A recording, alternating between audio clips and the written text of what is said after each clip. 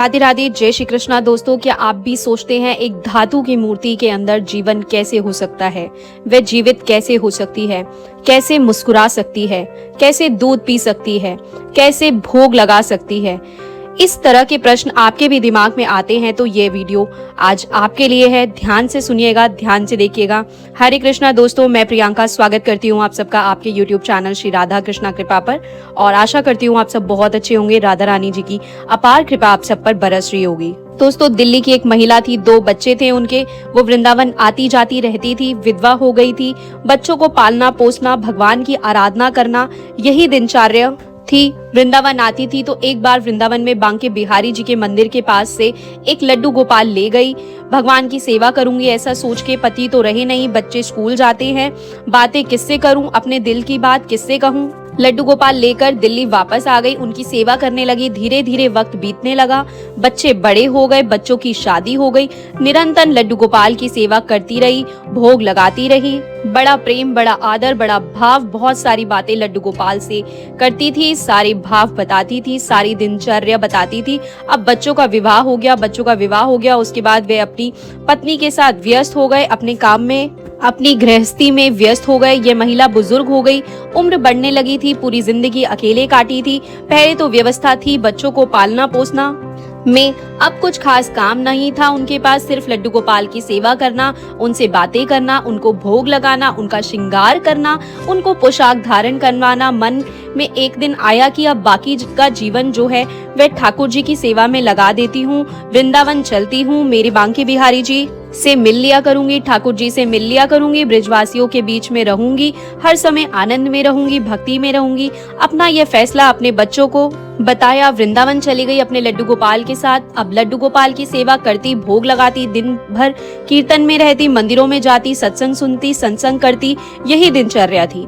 सारा दिन राधे राधे कृष्ण कृष्ण भक्ति में लीन रहती थी, लड्डू गोपाल से बातें करती रहती थी। उम्र बढ़ती जा रही थी, दिखना थोड़ा सा कम हो गया था, 70 साल की हो गई थी। एक दिन लड्डू गोपाल को स्नान करवाकर पोशाक धारण करवा रही थी, हाथ से छूट गए लड्डू गोपाल। हाथ से छूट गए तो नीचे गिर गए तो उनकी बाह टूट गई तो जैसे इस महिला की सांस रुक गई। इधर लड्डू गोपाल की बाह टूट गई, इधर, और महिला सम सी रह गई, बहुत हैरान परेशान हो गई, बिल्कुल सन हो गई।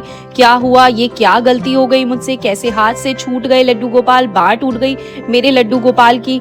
रोने लगी, कुछ समझ में नहीं आ रहा था क्या करूं क्या ना करूं। लड्डू गोपाल को अपनी गोदी में लेकर अपनी चौखट पर बैठ गई, सहला रही थी, बार बार माफी मांग रही थी। 1-2 ब्रजवासी आए, पूछे मैया क्या बात हुई, क्यों रो रहे हो। पड़ोसी आए तो पड़ोसियों को बोली कि आज पोशाक धारण करवा रही थी, हाथ से लड्डू गोपाल जी गिर गए, बाह टूट गई मेरे लड्डू गोपाल की, बहुत बड़ा पाप हो गया मुझसे, बहुत बड़ी गलती हो गई, कैसे ठीक होगी मेरी लड्डू गोपाल की बाह, कोई अस्पताल है यहाँ तो ले चलो मुझे।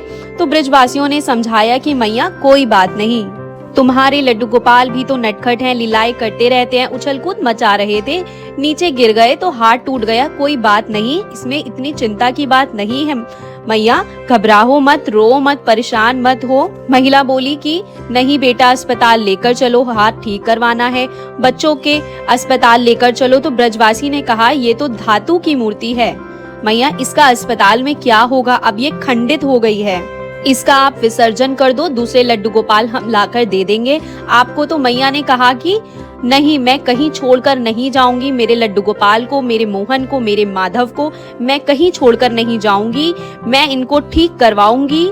अब मैया का भाव वासी देख रहे थे, पड़ोसी देख रहे थे, समझ में नहीं आ रहा था कैसे समझाएं।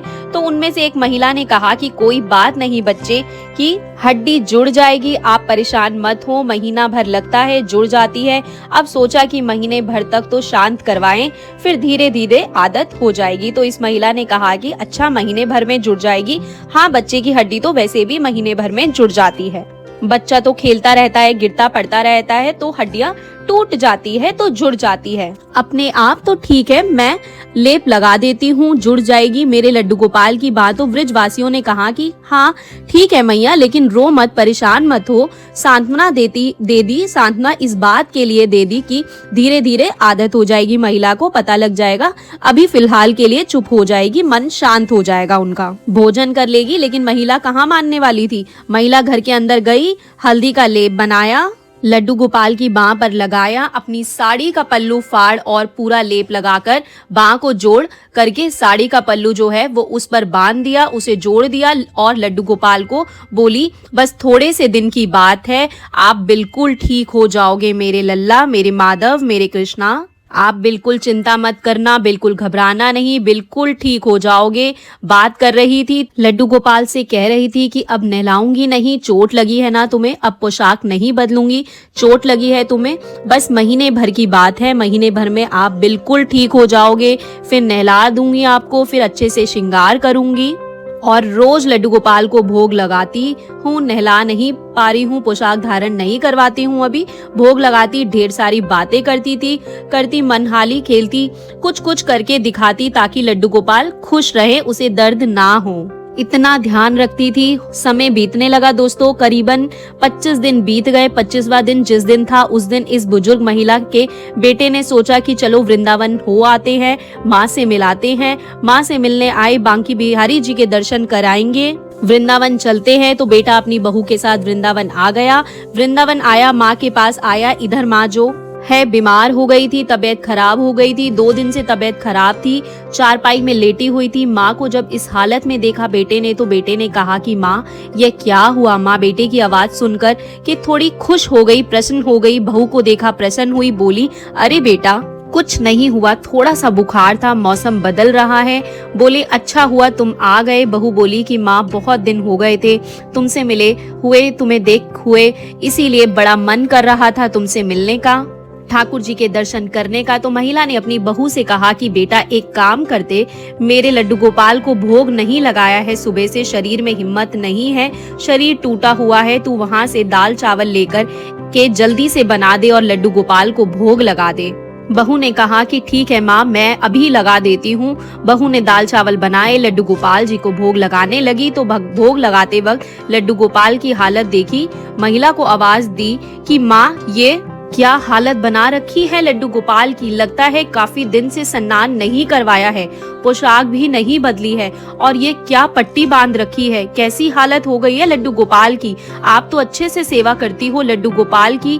तो महिला ने बताया कि बेटा बाह टूट गई थी, इस तरह से पोशाक धारण करवा रही, पट्टी बांध रखी है, पता लगा है कि महीने भर में बच्चे की हड्डी जुड़ जाती है, तो महीने भर में हड्डी जुड़ जाएगी, इसीलिए अभी मैं नहला नहीं रही हूँ, अब महीना पूरा हो जाएगा तो नहला दूंगी, फिर से श्रृंगार करूंगी। बहू की समझ में बात नहीं आई। बहू को लगा कि माँ जो है उसे कैसे समझाऊं कि ये तो धातु की मूर्ति है, साक्षात थोड़ी है, जीवनत थोड़ी है, ये तो भाव है अपना, हम उन्हें भोग लगाते हैं, भोजन करवाते हैं, वो थोड़ी ही है, यहाँ मूर्ति ही तो है, कैसे जुड़ जाएगी भला। तो बहू ने भोग लगाया, उसके बाद माँ को भोजन दिया। तो माँ फिर कहने लगी बेटा महीना पूरे होने वाला है, लड्डू गोपाल की बात जुड़ जाएगी, फिर श्रृंगार करूंगी, अच्छे से नहलाऊंगी मेरे लड्डू गोपाल को, बहुत दिन हो गए हैं ना आए। बहू को माँ के चेहरे पर एक अद्भुत विश्वास दिखाई दे रहा था, उनका प्रेम समझ में आ रहा था कि कितना अद्भुत प्रेम है, कितना सच्चा प्रेम है, कितना सरल प्रेम है, कि सोचती है कि धातु की मूर्ति की बाह जो है वह टूट गई है, अपने आप जुड़ जाएगी। पर दोस्तों बहू के अंदर यह विश्वास नहीं था। जब वह बहू दोबारा शाम को भोग लगाने गई तो मन में एक प्रश्न उठा कि माँ की कितनी आस्था है, इतना विश्वास है, क्या सच में हो जाता है, क्या सच में बात जुड़ जाएगी, ऐसा संभव है क्या। तो माँ को आवाज दी, माँ को कहा कि माँ कितने दिन हो गए हैं लड्डू गोपाल की बात टूटे हुए और ये पट्टी किए हुए। तो माँ ने आवाज देकर बताया बेटा 25 दिन हो गए हैं। बहू को लगा 25 दिन हो गए हैं, यदि जुड़नी होगी तो कुछ तो जुड़ी होगी और नहीं जुड़नी होगी तो नहीं जुड़ी होगी, ऐसे ही पट्टी बांध दूंगी, पट्टी खोल कर देखती हूँ। और बहू ने धीरे से लड्डू गोपाल की पट्टी खोलनी शुरू की और जैसे ही पट्टी पूरी खोली तो देखती ही रह गई, बाँ तो जुड़ी हुई है, यह बाजू तो दूसरी बाजू की तरह बिल्कुल ठीक है, इसमें तो कोई समस्या नहीं है, कोई दिक्कत नहीं है, कहीं भी नहीं टूटी हुई है। तो लड्डू गोपाल को उठाया और अपनी माँ के पास ले गई और जाकर कहा मैया ये देखो लड्डू गोपाल की बात तो बिल्कुल ठीक है, आप कह रहे थे कि टूटी हुई है, कहाँ टूटी हुई है, नहीं टूटी हुई है। माँ और बुजुर्ग महिला ने लड्डू गोपाल को देखा, आंखों से आंसू बह रहे थे। लड्डू गोपाल को अपने गले से लगा लिया, जोर जोर से रोने लगी और बोली, देखा मैं ना कहती थी ना, महीने भर में बिल्कुल ठीक हो जाएंगे। 25 ही दिन हुए, बिल्कुल ठीक हो गया मेरा लड्डू, मेरा प्यारा।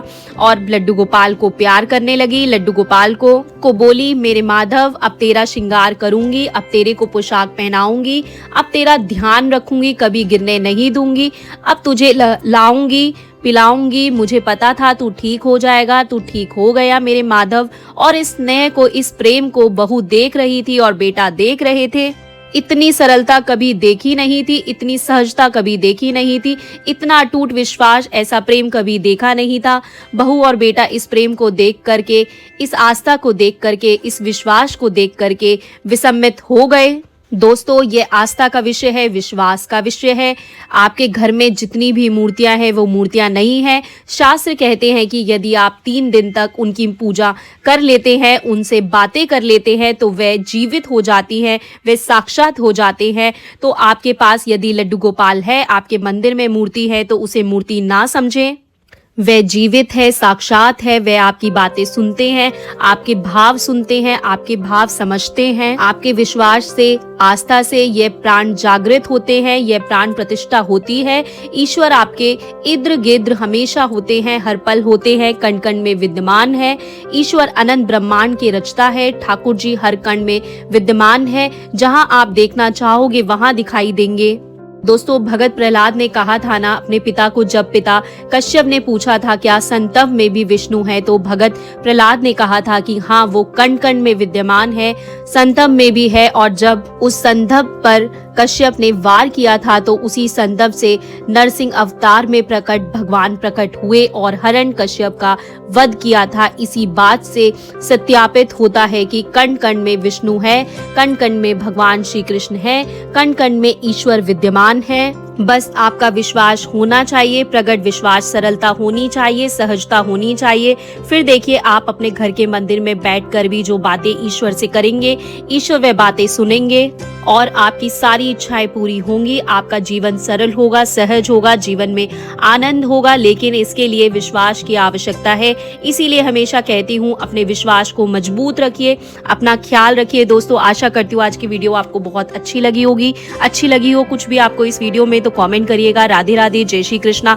वीडियो को लाइक और शेयर कर दीजिएगा। अगर आप इस चैनल पर पहली बार वीडियो देख रहे हैं तो प्लीज वीडियो को सब्सक्राइब कर दीजिएगा। मिलते रहूंगी इसी तरीके से अगली वीडियो में। अभी फिलहाल आप सभी को मेरी तरफ से राधे राधे, जय श्री कृष्णा दोस्तों।